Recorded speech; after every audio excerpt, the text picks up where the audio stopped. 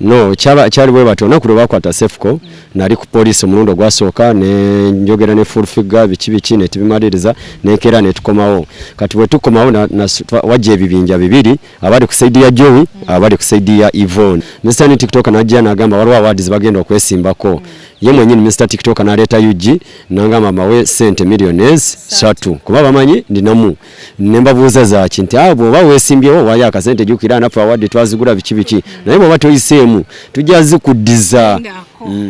wabera wesimbyewo ino kubeera ngo ino obukadde busatu akyoga buli mwana yasasudde obukadde busatu cyari bwe bati bwe bajja ne bangamba nze nezikwata nezibawa bwe maro zibawa sategeera babo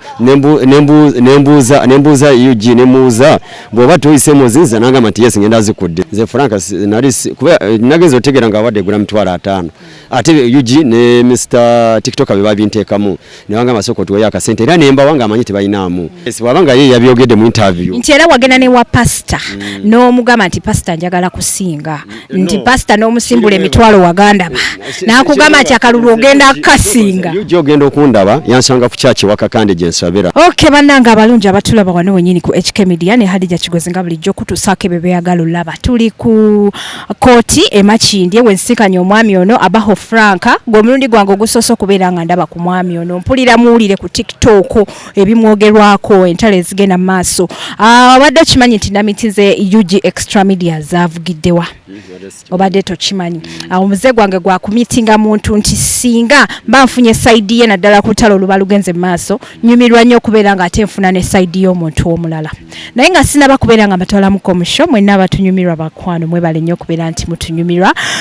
Speed Express Tours and Travels Company yakakasibwa okubeera nga esaabaza abantu okuva mu buli kitundu ky'eggwanga yekutusaako show ndowooza ndaba mu ka-t-shirt wennekaanekanyi bakwano mujje ate mubeere nga mutuwagira mwena batuwagidde muli baakabi genda bugenza okozesa erinnya lyange nti Hadija Kigozi ate obeere ng'ofuna discount esinga okubeera ey'amaanyi ennyo baganda ffe aba Rose Coffee Academy we bali nnyo okubeera nga bakubangula ofuke barista ow'amaanyi mpoza ate n'omwami omusaalo ng'olukwata ng'onoomusawo akugamba nti amala kukolako omala kulabako n'osooka osasula nsanyisa okulaba amanya gange bampita Abaho Frank ndi TikToker era ndi president w'aba TikToker ani yakulonda yannonda tiimu yange yannonda then ne side gye nali nvuganya nayo nerondo waabwe naye nga nze manyi nkulira tiimu yange nga president waabwe yes nze Abaho Frank gemanya gange sessions zonna ezibadde ku kooti tetukulabyeko ng'ozzeeko wano ate nga yegwe omu ku bakwano ba Cephco kijja kitya nti oze ku last moment obadde oli sure nti olwaleero Cephco afuluma n'ogambako gye no cyari bwe batona kuri bakwata Cephco nali ku police mulundo gwasoka ne njogera ne full figure biki ne tibimaliriza ne kera ne tukomawo kati bwe tukomawo na waje ebibinja bibiri abali ku side ya Joey abali ku side ya Yvonne kati abali ku side ya Yvonne ne bagala ato kugoba nze yali ku side ya Joey okutugoba ku Cephco nga bagamba Franka yasibye Cephco ne full figure ze full figure nali simanye na mulabo mulundi ogwo gwenyine gwe nasoko mulabo nali mulabanga ku simu kati wenaranga bigenze mwaka vuya ngamba kana kavuya sija kasobora ningenda Arua nine emirimu gye nkola ejja company yange nganze Frank kati Arua navuddeyo jo so kwe kujja wano ku kooti ngamanyi Cephco ajavayo leero kyekindese olwaleero naye nali mabega Cephco kuba mutwalanga muganda wange yandeeta ku TikTok yene Sharifu yiga era mbagala nnyo kuva ku mutima gwange n'ekintu kino kyendi kukola kya Uganda TikTok Association omuntu akitegeerera ye Cephco Ismail era yampa idea eyo ne tugikozesa era tugenda maaso n'okuregistaringa ekintu ekigenda otugatta ng'aba TikToker ffenna abali e Uganda n'abali ebweru. Oyogedde ku Joey n'oyogera ne ku Yvonne awo nkubawo nnyo lwansonga nti kati essaawa eno be bali mu mawulire ate abantu bonna babataddeko amaaso nkujjukira muka interview awe mabega ng'ogamba nti nno wewasooka okusinkana Cephco we bajja okukima kamera baali n'omukyala Yvonne era n'okwatagana ne Yvonne ne mugulira Cephco kamera ate essaawa eno Cephco ali mu Mukomera oyogera nti ate obadde ne Joey so kati ensonga eyo eri etya gwe bakulaga gwogenda naye yes Cephco nga muganda wange afa abasajja tuwasa abakazi be batuwasa nze bwe mba nkuwasizza ne nkugoba gwoleeta gwe nyanjulira muganda wange nze yes gwe ngenda naye kwanze okumanya yali ne Yvonne wayitawe banga namugoba naleeta Joey namundaga ng'omukazi we era gwe mbadde manyi ne late nawo mbadde naye nangamba omukazi wange yono nono according bye twogedde nze Joey gwe manyi ng'omukazi woli ex yes waliwo wife and ex oli ex ono wife we so bwe kitiwe kyali nze jogwe mademanyi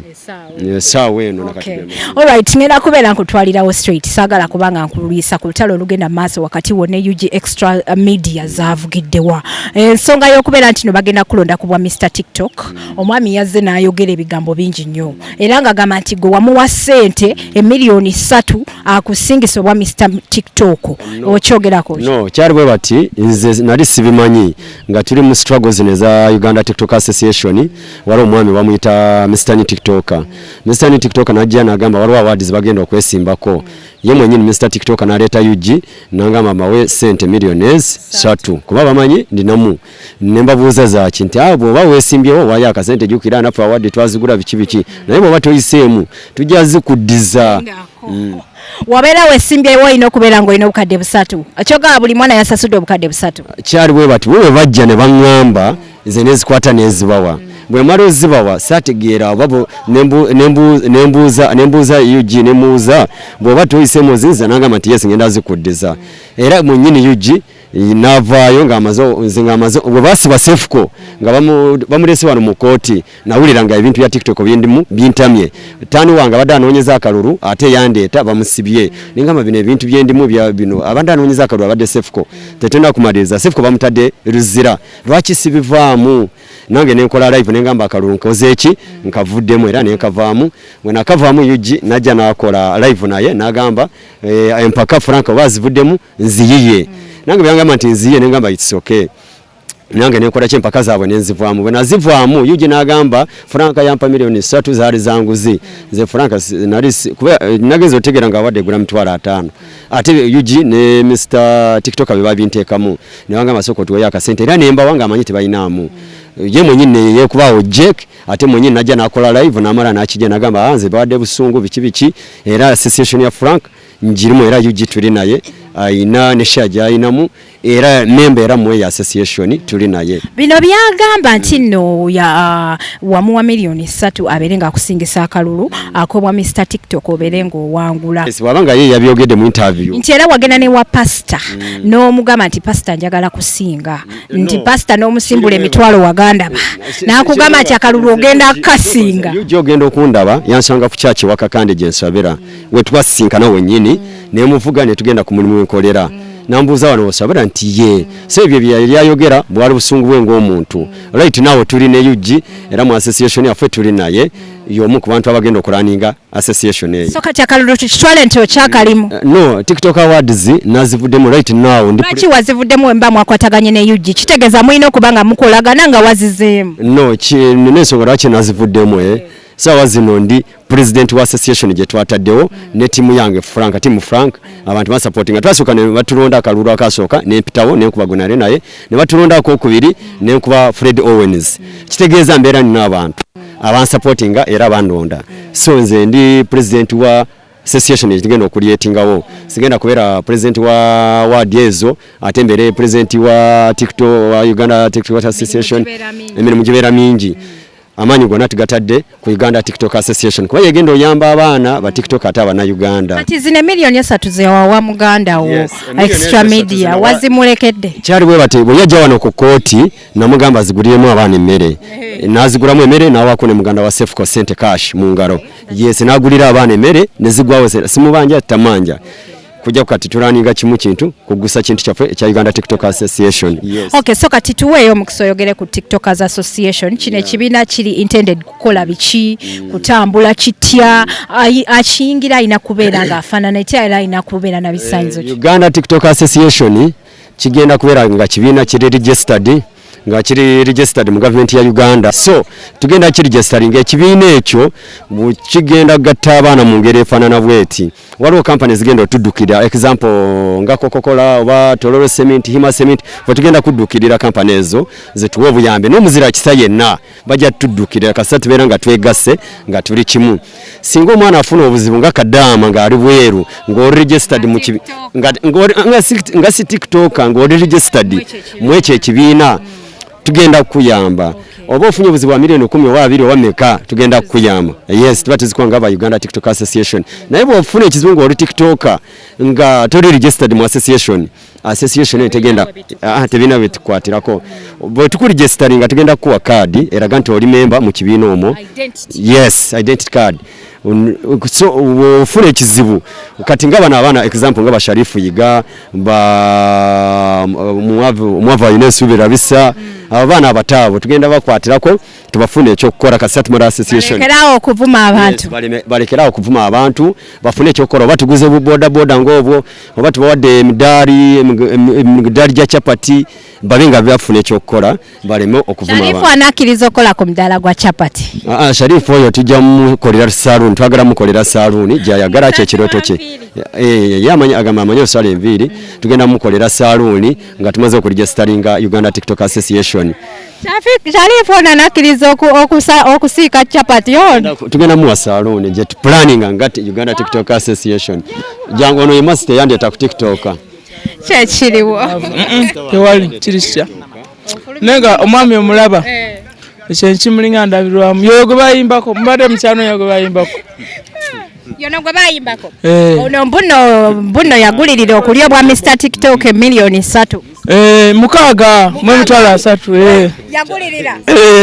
wamaze namuwa Satu Sharifu nankubira ekiro nangamba Frank bakuba batya boss wange million 3 nte nagamba yongera kendala 3 ziwere mukaaga ngamba nabisobora nti gojja kwongera ko bajja zituwa ono yateeka mu idea yo nayo jije na mwezi 3 oli ata Sharifu how are you embera eriwo essaawa eno kale wulira byoyogera embera eriwo essaawa eno ya Cephco ojogerako ki embeera Cephco wali taliwo wali boss anti kati bamutu ani asaza omusango omulamuzi talabiseeko tonabitegera wakatuuka anti mbadde nakatuuka kati omulamuzi talabise kati omulamuzi agenda tuwa sente z'amafuta ezitwetaaga wano genda bwe tudda waki batufuula abadongo nera anti embeera ya nnaku naye kati gwe tosaga kati guno mulundi naye nno Cephco ebibyo gyeka bya ddala bambi byali byanga ebyokusaaga naye kati agenda mmanya nti n'embizi nvamba katuliki bazisiba n'oluwombo kiki kyoyinza okwogera ku mbeera eno oyinayo osobola okwegayirirayo ku bakulu abasobola okujja babe nga banunula Cephco gwe idea eyo eri etya tewali mukulu asobola kwegayirira Cephco mbuza lwaki kubanga buli gwenkuba essimu ogenda osangaga bakuweereza audio ya full figure no full figure nze namwegayirira mu kusooka naye abaana ne bagamba mbunze musiba yali agera musonyiwa luli naye kati yaŋŋambye mbu bino byamususeeko mbu kati naye gavumenti ye basiba simaye si abasiba kati ku buno obudde mbu gavumenti full figure ye gavumenti kati nze gavumenti ebyaddala kati kozi tubadde ku full figure anti nzijukiza nnyo nze nerabira full figure yagambye gavumenti si akyamusiba kati gavumenti yekola ki yemusiba ate obuzibu obukyasize oleeta obuzibu kasalini kusaasira jamu amaloboozi ati kasalini kusaasira yavuddeyo nagambwa abate kati full figure ayagala kulaga kasalini maanyi kati jjukira ffe omwana waffe gye bakoma okweraga amaanyi singa bamuta ye ne bayeraga amaanyi kuba kasalini agamba amute full figure gatagenda muta okitegera kati awo bwe buzibu bwe tufunyeemu ekyokubeera nti nno mukyala full figure yatwala mama wa Cephco Mukomera okyogerako ki ekyokubeera nti no nanti kyali bwe kiti full figure si ye yatwala mama wa Cephco Mukomera waliwo omusirikale awo yamusiba ate namubeerako nnyo buli lunaku abeeramu mu kooti mbusimaye emisango gye gyanjawulo ebya Cephco tebikwatagana na maama we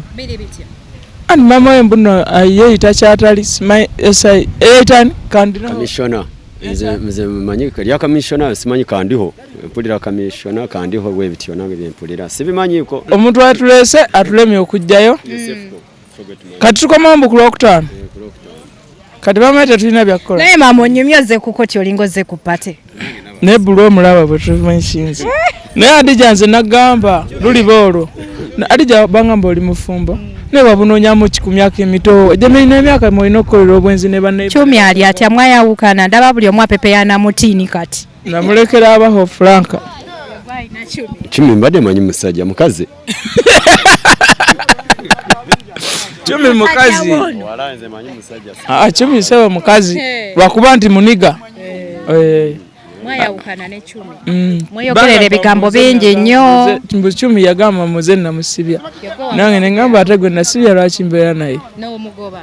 Omukazi oyo yenna gwe wajja n'otugamba nti baakuwa ssente nnyingi. Ne gavumenti simanyi gyeri. Nange embeera gy'oli mu mbi lwaki okolera gavumenti ng'embeera gy'oli mu mbi. Gavumenti eri ludda. Ate mmanyi nange ye ebeerawo gavumenti mbunkolera state ne state newakubadde maama gavumenti eyagala bakozi kati nze mba nkolayo nga ki. Mbuno yegga omu ku bantu abavuma ku TikTok abantu okyogerako ki? Kituufu ekyo. Ekyo kyose kiwakanyamu ekyokuvuma. Naye abantu betuvuma baba basaana okuvumwa. Kyenyagala omuze omwami ono. Bano aba meeting Sharifu nabagamba muvuma abantu bamulekera okuvuma abantu kuba ebigambo bimpitiriddeko bye bali okwogera nti nze mbagamba muvuma abantu. Ate obuzibu nti olina ekyenyi kikulinga ndabirwamu oyakanya abantu bakulengera nnyo. Ansa wadde obuuza ati. Ddala Abaho yabalagira okuvuma abantu. Abaho tatulagira nti no nagamba vuma ono gundi oseegera. Alagira atya? Tewali anti otandise okusala ebigambo. Katubasula bakwano olunaku lwaleero wano ku HK Media n'omwami Abaho mujje mu joining TikTokers Association simanyi ddi lwagenda kulangirira bigenda kubeerayo ddi registration yeri etya binnyonnyola ebintu ebyo tiri kubiraninga n'enkya tugendagendayo ne UG Extra n'omwana bamuyita Moshi Uganda ne Mr. TikToker then tujja kukola live tubabudde ekinaba kivuddemu naye mulekerawo okweswaza mulekerawo ebintu by'okweswaza UG Extra Media zaakwogeddeko ate gozze bambi musajja ati omubikkiridde biba tebikola awo kati bw'abanga aze nanjogerako kasita gw'omugye ku interview mbadde nkusaba emoji posting ogijjeyo kati awo abeera yeekubanga ye bwe yava Bale kati wasimulo nnako lwaleero tubadde ne Abaho Frank amanya gagenze Hadija Kigozi HK Media nenza ne mwena bakwana abandaba mwena abansupportinga mu TikTokers edition kibeera kikwatira ddala abaana ba TikTok balina obusungu mungi nnyo ate balina omukwano mungi nnyo so mbaagalirayo nga bwe bali ebeera Speed Express Tours and Travels Company yakakasibwa okubeera ng'esaabaza abantu okuva mu buli kitundu ky'eggwanga ate nga yekutuusako sheeno bagala baffe aba Roast Coffee Academy bano bakafulu mu kubangula abaana ba barista ab'amaanyi